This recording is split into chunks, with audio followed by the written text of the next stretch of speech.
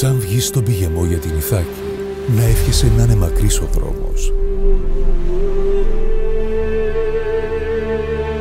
Πολλά τα καλοκαιρινά πρωινά είναι, που με τι ευχαρίστηση, με τι χαρά, θα μπαίνεις σε λιμένας πρωτοειδωμένους, να σταματήσεις εμπορία φοινικικά και τις καλές πραμάτιες να αποκτήσεις.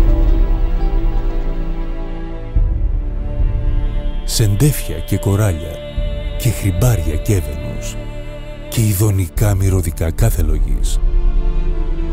Πάντα στο νου σου να έχεις την Ιθάκη. Το φτάσιμον εκεί είναι ο προορισμός σου.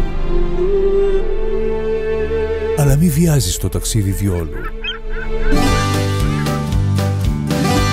Χρόνια πολλά να διαρκέσει και γέρος πια να ράξεις το νησί, πλούσιος με όσα κέρδισες στον δρόμο.